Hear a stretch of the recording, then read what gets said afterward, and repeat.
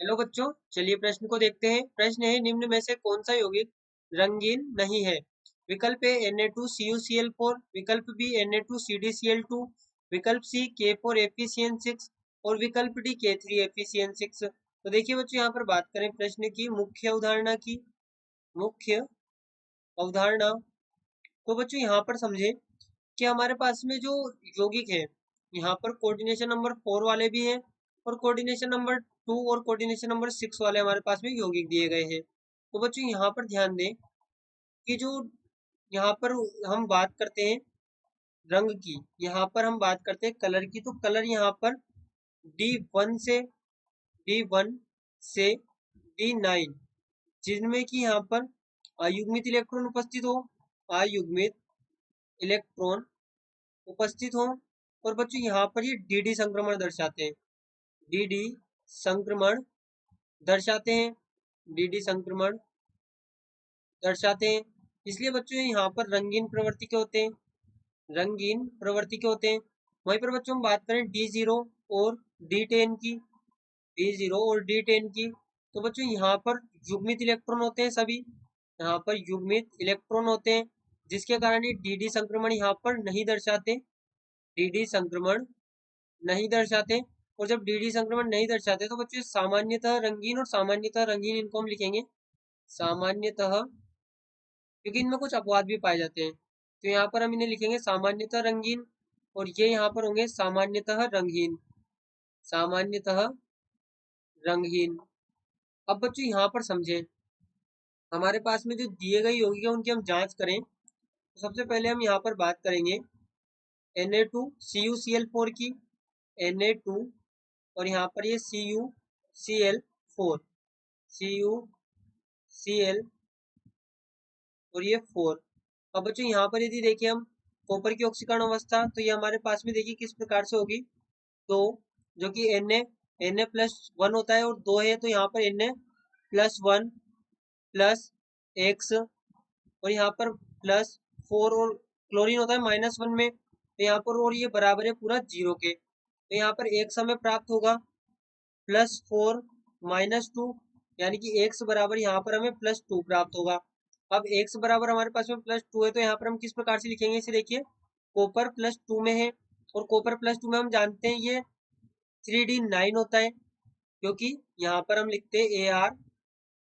Normally अगर copper की बात करें तो कॉपर यहाँ पर होता है 3D10 4s1, क्योंकि यहाँ पर ये ऑब्वियसली ये यहाँ पर 3D9 होगा और 4s2 होगा। लेकिन बच्चों हम जानते हैं कि क्या होता है कि यहाँ पर 3D10 स्टेबल होने की वजह से यहाँ से एक इलेक्ट्रॉन निकल के इधर आता है और यहाँ पर इसे 3D10 बनाता है, क्योंकि यहाँ पर 3D10 स्टेबल होता है, तो यहाँ पर 3D10 होगा। अब बच्चों यहाँ पर 4s2 की बात की गई है, तो एक इलेक्ट्रॉन यहाँ से एस से निकलेगा और एक इलेक्ट्रॉन यहाँ पर डी से निकलेगा, तो ये हमें यहाँ पर 3D9 प्राप्त होगा।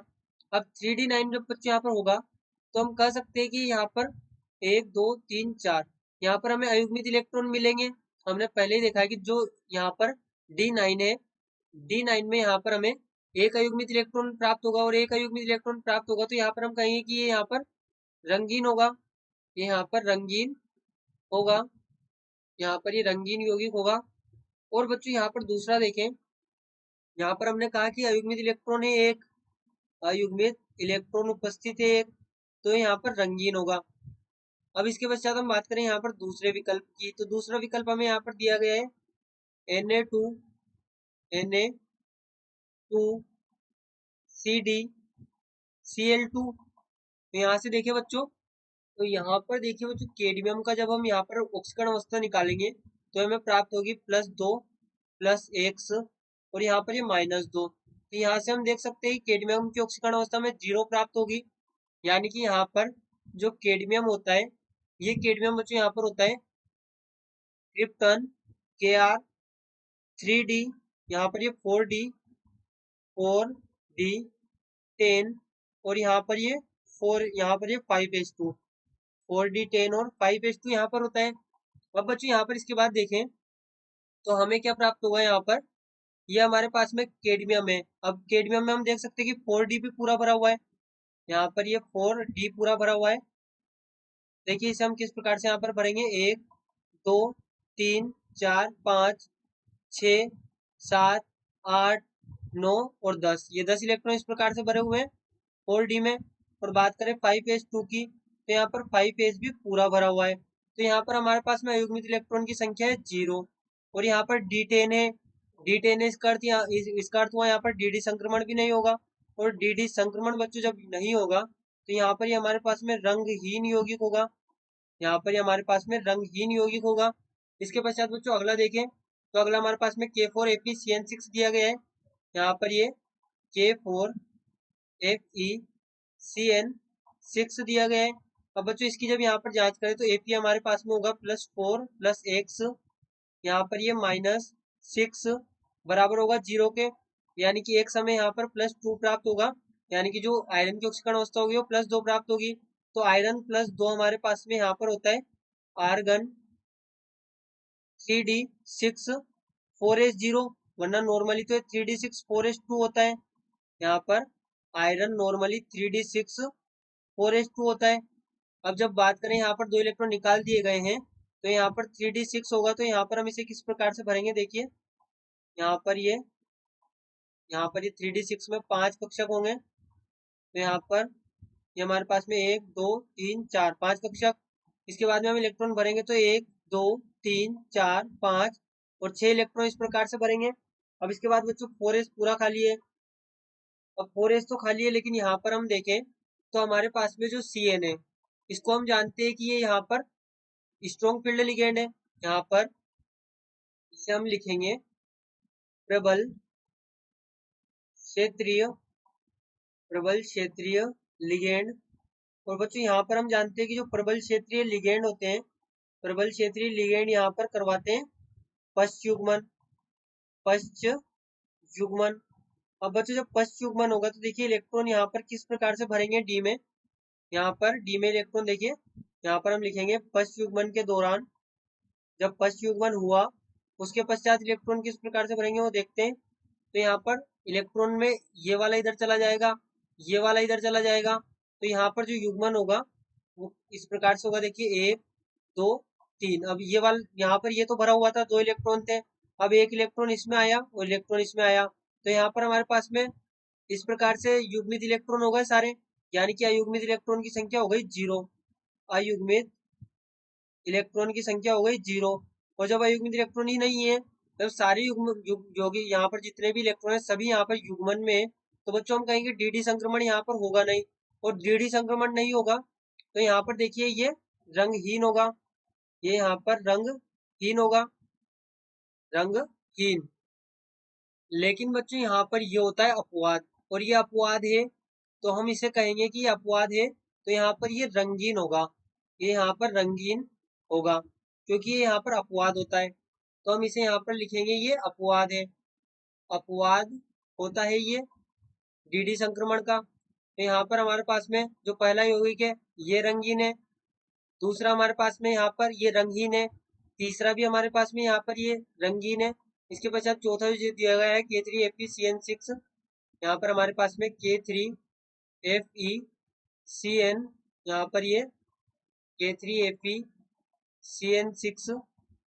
तो यहाँ पर जब इसकी बात करें तो बच्चों यहाँ पर Fe की जो ऑक्सीकरण अवस्था होगी वो यहाँ पर +3x -6 बराबर 0, यानी कि x बराबर हमें +3 प्राप्त होगा, x बराबर यहाँ पर हमें +3 प्राप्त होगा।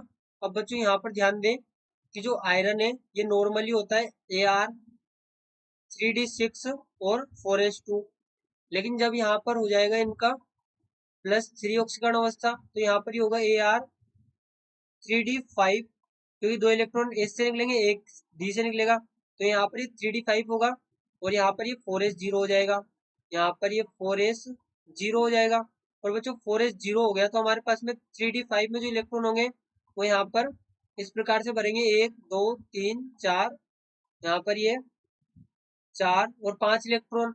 अब बच्चों ध्यान दें Cn हमारे पास में होता है प्रबल क्षेत्रीय लिगेंड, प्रबल क्षेत्रीय लिगेंड।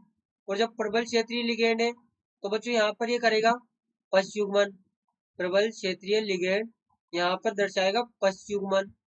और जब पश्च युग्मन होगा तो देखिए इलेक्ट्रॉन यहाँ पर किस प्रकार से भरेंगे, यहाँ पर इलेक्ट्रॉनों का युग्मन होगा, तो यहाँ पर हम लिखेंगे पश्च युग्मन के दौरान, पश्च युग्मन, और पश्च युग्मन के दौरान देखिए इलेक्ट्रॉन किस प्रकार से यहाँ पर डी में भरेंगे। तो यहाँ पे हमारे पास में 5 कक्षक है। यहाँ पे देखिए 1 2 3 4 5, 5 इलेक्ट्रॉन भर जाएंगे क्योंकि ये यहाँ पर युग्मन करेगा, ये यहाँ पर युग्मन करेगा। तो भी बच्चों यहाँ पर हम देख सकते हैं कि हमारे पास में एक अयुग्मित इलेक्ट्रॉन बच गया, एक अयुग्मित इलेक्ट्रॉन यहाँ पर हमारे पास में बाकी है। और जब अयुग्मित इलेक्ट्रॉन बचा हुआ है और 3d5 पे dd संक्रमण होगा तो ये भी हमारे पास में बच्चों यहाँ पर रंगीन होगा, ये भी हमारे पास में रंगीन होगा। ये यहाँ पर अयुग्मित इलेक्ट्रॉनों के कारण रंगीन है, ये यहाँ पर अपवाद है, होना तो रंगहीन चाहिए था लेकिन ये रंगीन होता है क्योंकि यहाँ पर देखिए क्या होता है कि dd संक्रमण यहाँ पर d6 में हो जाता है, इसका संक्रमण अयुग्मित इलेक्ट्रॉनों के अयुग्मित इलेक्ट्रॉन जीरो होने हुए फिर भी ये अपवाद के कारण यहाँ पर रंगीन होता है। उसके पश्चात बच्चों यहाँ पर जो बात करें सेकंड ऑप्शन हमें दिया गया था ये रंगहीन है, यानी कि यहाँ पर ये हमारा सही उत्तर होगा जो कि रंग नहीं दर्शाएगा। बाकी सभी यहाँ पर रंग दर्शा रहे हैं, तो यहाँ पर ये भी रंग दर्शा रहा है तो ये भी हमारा उत्तर नहीं होगा, ये भी रंग दर्शा रहा है ये भी नहीं होगा और ये भी नहीं होगा। तो हमारा जो सही विकल्प होगा वो होगा विकल्प बी जो कि रंग नहीं दर्शाएगा।